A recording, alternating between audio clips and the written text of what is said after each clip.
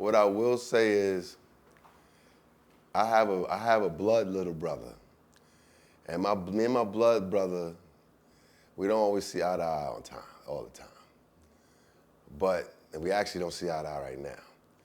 But the envy and jealousy of what your little brother sees in terms of how you are, how your fly is, what kind of girls you pull, either they could be looking up to you and like, damn, I want to be like that, or they could be envious to a point where I want what he wants. Now, I've had my own little brother after I've broken up with girls, and girls who want to get back at me circle back and try to talk to him to get shit and whatever, and he fall for it. Right. Because he felt at some point he could do that. In the case of Charlamagne, I feel like once he got a chance to glimpse in my life, and I was very sincerely vulnerable to thinking, we on some G shit, like, I would think that my actions of how I did what I did for you, I would think that the actions of what I did would clearly show you that there's a lot of people, and Choke, that no matter how talented this guy was, they would have never gave him. They would have never gave him an inch. Even the people he worked with, like they wouldn't. And all I ever wanted for anybody who I represented from a managerial standpoint is for them to get they just due and they worth. I happen to be working with somebody that they was trying to nickel and dime the situation all the way and slight the work. So I learned how to not take no. Sometimes when you're doing that and you're doing that for your family, when you're doing it for yourself, you ultimately work for your family and what you earn. But when you're really doing this for your family and your family's involved, you're not going to be as nice when somebody's trying to shortchange you. So my reputation of being that type of hardball guy, it supersedes what I really want or what I'm about.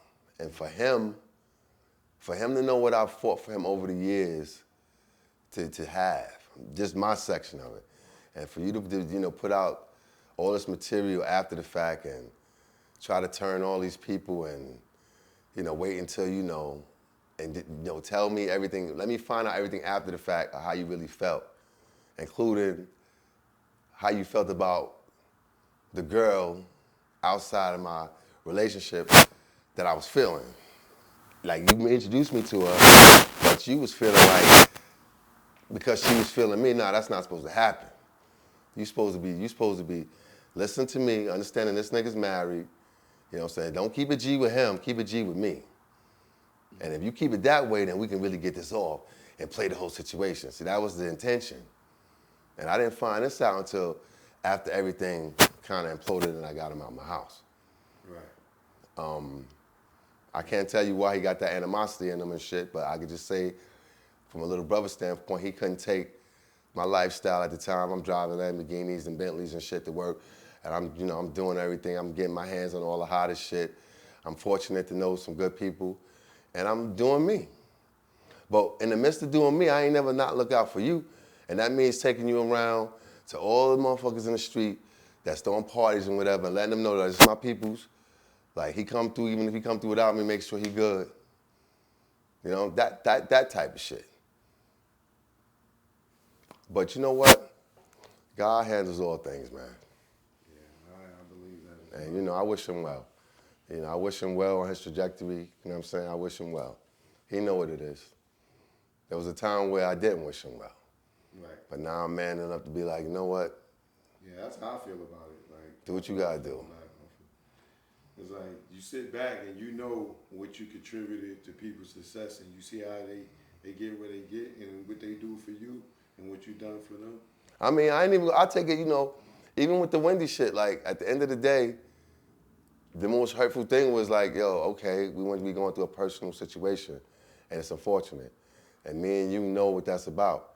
And, people fall in love and out of love every day, for whatever reason. Right. It didn't call for all the extra antics. And I understand, when people hit me and say, oh, you did this to her, whatever. No, because we could have handled this a whole different way. What people don't know with the backstory is that it may have been brewing, and there was times like when my son almost died that I was not ready. I wasn't trying to go back. You know, like when I come back from Honduras from saving his life when he was 14, now he's 22, I felt like I don't want to do that no more. I just want to be the guy in your life. We need to get this house in order. Something traumatic just happened. Fuck that show. Like, not fuck it. I know it's a big part of livelihood, but in terms of for me, I think we need to just go back to regular type stuff. Not leave the show, but I need to go this way so you know what you need to get ready for and understand our dynamic. Yeah. And I allow myself, because of the vulnerability of a person and what the helplessness somewhat of a person, to stay. And it didn't do nothing good for me. And at the end of the day, when she had the opportunity to hold me down, even in the midst of the turmoil, and I know a lot of women be like, well, why should she hold you down? Because of what the fuck I did. Right. Because of what I sacrificed. Because we know that there were times that clearly, I don't know if you would have did the same thing for me that I did for you, but you know what? It's okay, I'm the man of your life. Hopefully I'm showing you some type of integrity that'll rub off, that she realizes, like, she know, even with all the trappings or whatever, I played the back. I didn't do stuff like this because it was all about you. You are the focus. Right. And I just would have appreciated that, with respect to all parties involved, that she would have took a higher road and not let people influence her while she was at her most vulnerable state. Don't get me wrong now, and I want to state this for the record. When she came out of rehab before going to the sober house, the people said, you got to change your whole environment. You got to become, they basically said it with so many words, in order for this to work for you and you to soar and enjoy life, you have to change your trajectory of how you feel about stuff and not be so negative, because you are healing from something severe. So that means all the negativity and the demons and whatever around you, you got to get it. And if that was me, then okay, I could go. But I clearly had plans on letting a lot of people at that production that worked for the show firsthand. I was like, they got to go. They're not really about what we're doing. They just there, and they going through the motions, and they keep promoting the one thing that is part of your demise. And you know, you could turn, like we need to celebrate our people a little bit more and not be like the ones that, you know, tear them down all the time. Right. And there was a time where they didn't want to hear about the hip hop culture. And I was bringing it up in Hot Topics meetings, like, why are we talking about it? Then the next 2 seasons, the whole Hot Topics is about Nicki Minaj, this, that, whatever. And when it came down to what happened with me and her, I feel like the best thing should have been not to address it as much and giving her the room to still relish in the pain.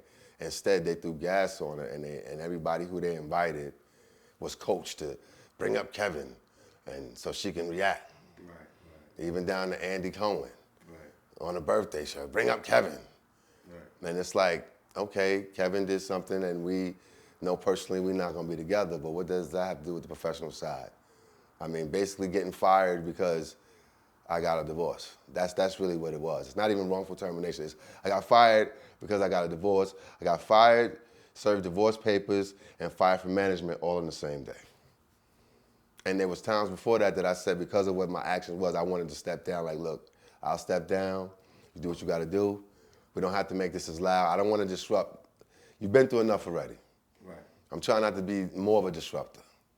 And I feel like they could have helped with respect, even if they hated how I had to do my tactics sometimes with them, because this is my family, and I had to fight for every iota of what you see that's fly on there, and trying to cover the right stories and try to project the evolution of not just her, but the culture that she's bringing into daytime. Because you didn't see a bunch of hip hop performers on The View prior to her being there.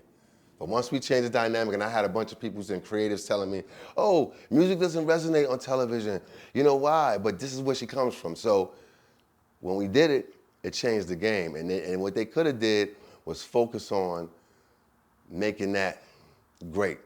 Instead of exploiting a scandal like they did for the movie, which did not detail shit about the struggle. You was there to see the whole struggle and the monumental moments, you know, past the puffy moments and whatever. You're talking about somebody that was TMZ before they was TMZ. Or the internet. I mean, you still, regardless how things ended, you, Wendy, y'all still got a lot to We're be still proud talking about of. Wendy. Why are we still talking about? No, I'm just talking about and wrapping up the Wendy show. I'm saying, regardless of how things ended, y'all still have a lot to be proud of. You accomplished stuff that other people haven't accomplished in television and radio to this day. You agree, right? I agree. I agree that that was definitely a part of my legacy. That for a good part of it, I'm proud of it. Because coming from Brownsville, Brooklyn, with a 10th grade education and a GED,